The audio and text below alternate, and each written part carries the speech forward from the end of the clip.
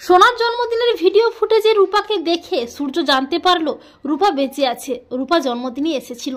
হ্যাঁ বন্ধুরা, আমরা এমনটাই দেখতে পাবো অনুরাগের ছোঁয়া ধারাবাহিকের আগামী পর্বগুলোতে। সেনগুপ্ত বাড়িতে বড় করে সোনার জন্মদিনের আয়োজন করা হয়, কিন্তু সোনাকে সুস্থ করতে সেই জন্মদিনে রূপার কোনো ছবি বা চিহ্নই রাখা হয় না। যদিও সূর্যের খুব কষ্ট হয়, কিন্তু সোনার কথা ভেবে সূর্য বাধ্য হয়ে এসব করতে থাকে। আর সবাই মিলে যখন সোনার জন্মদিন নিয়ে মাতামাতি করতে থাকে, ঠিক তখনই রূপা ফান্টুস ও বিন্দির সাথে তার বাড়িতে ফিরে আসে। কিন্তু রূপা দেখতে পায় সবাই মিলে সোনার জন্মদিন নিয়ে মাতামাতি করছে, কিন্তু রূপার কথা কারো মনেই নেই। রূপাকে কেউ পাত্তাও দিচ্ছে না। তাই রূপা বাড়ির বাইরেই দাঁড়িয়ে সবটা দেখতে থাকে, ভেতরে ঢোকে না। এমনকি সূর্য বাধ্য হয়ে সোনার কথা ভেবে প্রেসের সামনে তার কষ্টটা চেপে রেখে বলে, আমার একটাই সন্তান সোনা। তা শুনে রূপার খুব অভিমান হয়, রূপার খুব কষ্ট হয়। রূপা বলে, ঠিক আছে বাবা, তুমি তোমার মেয়েকে নিয়েই থাকো, আমি আর কোনোদিন তোমার কাছে ফিরবো না।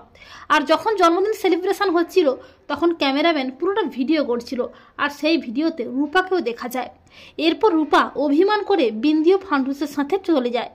এরপর পরদিন যখন সূর্য বাড়ির সবাই মিলে জন্মদিনের ভিডিওটা দেখছিল, তখন সূর্য হঠাৎই দেখতে পায় রূপা আড়ালে দাঁড়িয়ে আছে।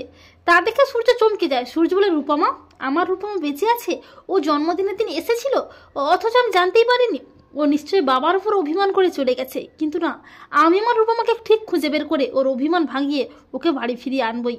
তো বন্ধুরা, তোমরা এটাই চাও তো যে সূর্যের জন্য সোনার জন্মদিনের ভিডিও ফুটেজ দেখে জানতে পারে রূপা বেঁচে আছে? কমেন্ট করে এক্ষুনি জানিয়ে দাও তোমাদের মতামতটি।